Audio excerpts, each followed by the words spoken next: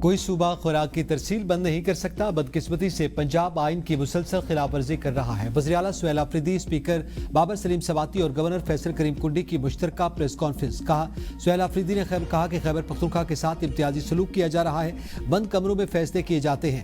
Governor Faisal کریم کنڈی نے کہا کہ وزیر اعظم نے KPK کے مسائل پر شہباز سپیڈ نہیں دکھائی. بڑے بھائی کا فرض ہے کہ وہ چھوٹے بھائی کا خیال رکھے. پنجاب ہمارا بڑا بھائی ہے مگر ہمارے ساتھ اچھا سلوک نہیں کر رہا. خیبر پختونخوا کو پانی کا شیئر دیا جائے. وفاق ہمارے صوبے کے ساتھ زیادتی کر رہا ہے جو بند ہونی چاہیے. صوبے کی خوشحالی کے لیے سب کو سپورٹ کریں گے.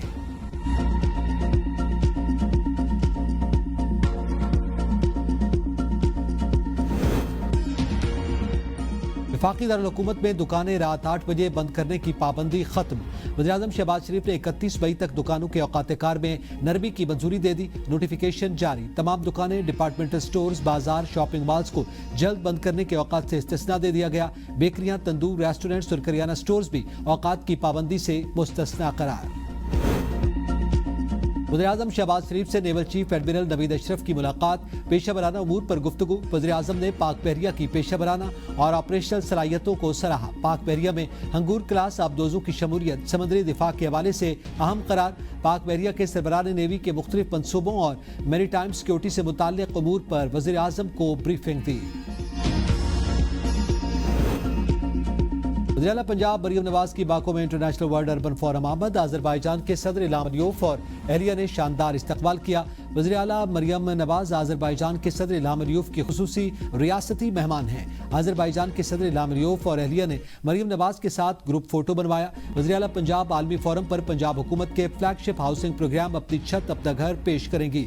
پنجاب کا سستا ہاؤسنگ ماڈل پاکستان پویلین میں بین الاقوامی مندوبین کے سامنے کیس اسٹڈی کے طور پر پیش کیا جائے گا.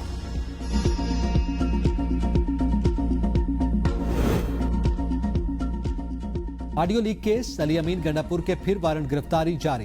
اسلام آباد کی مقامی عدالت کا ملزم کو گرفتار کر کے پیش کرنے کا حکم. ایڈیشنل سیشن جج نے کیس پر سماعت کی. علی امین گنڈاپور کی جانب سے حاضری سے استثناء کی درخواست مسترد.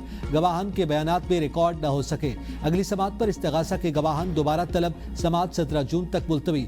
علی امین گنڈاپور کے خلاف تھانہ گولڈا میں مقدمہ درج ہے. امریکہ ایران جنگ کے بادل پھر منڈلانے لگے. امریکی کارگو طیارے گولہ بارود لے کر اسرائیل پہنچ گئے. 24 گھنٹوں کے دوران جرمنی میں امریکی اڈوں سے درجنوں امریکی کارگو طیارے تل ابیب پہنچے. میڈیا رپورٹ کے مطابق ممکنہ جنگ کی صورت میں پینٹاگون نے ایران میں مزید اہداف کی فہرست تیار کر لی. امریکی منصوبہ بندی میں توانائی تنصیبات اور اہم انفراسٹرکچر کو نشانہ بنانے کا امکان ہے. ٹرمپ اور نیتنیاہو کا ٹیلی فونک رابطہ. ایران جنگ کے امکانات پر غور. امریکی صدر کی ایران کو سخت نتائج سے بچنے کے لیے جلد فیصلہ کرنے کی وارننگ. کہا تہران کے پاس فیصلہ کرنے کے لیے وقت کم رہ گیا. وقت تیزی سے ختم ہو رہا ہے. انہیں فوری طور پر آگے بڑھنا ہوگا ورنہ ان کے لیے کچھ بھی باقی نہیں بچے گا.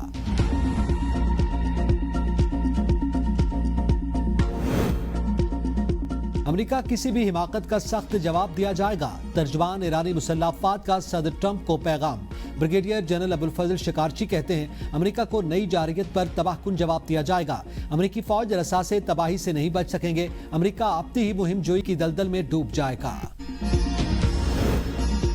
مارکہ حق میں فتح کے بعد دنیا میں پاکستان کا وقار بلند ہوا. دنیا میں اب پاکستان کی بات سنی جاتی ہے. وفاقی وزیر تعلیم خالد بقول صدیقی کی نیوز کانفرنس. کہا پاکستان نے عالمی جنگ رکوانے میں اہم کردار ادا کیا.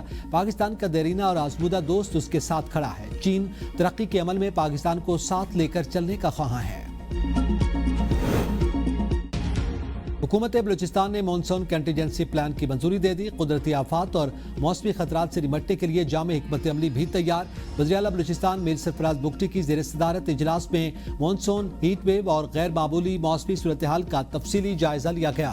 عالمی موسمیاتی تبدیلیوں، بارشوں، سیلابی صورتحال، ہیٹ ویو اور ممکنہ ہیٹ برسٹ سے متعلق تفصیلی بریفنگ. ماہرین نے بتایا کہ بلوچستان میں رواں سال درجہ حرارت 53 ڈگری سینٹی گریڈ تک جانے کا امکان ہے.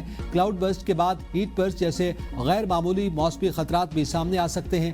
شدید ہیٹ ویو کے خطرات کے پیش نظر خصوصی ایمرجنسی پلان بھی مرتب کر لیا گیا.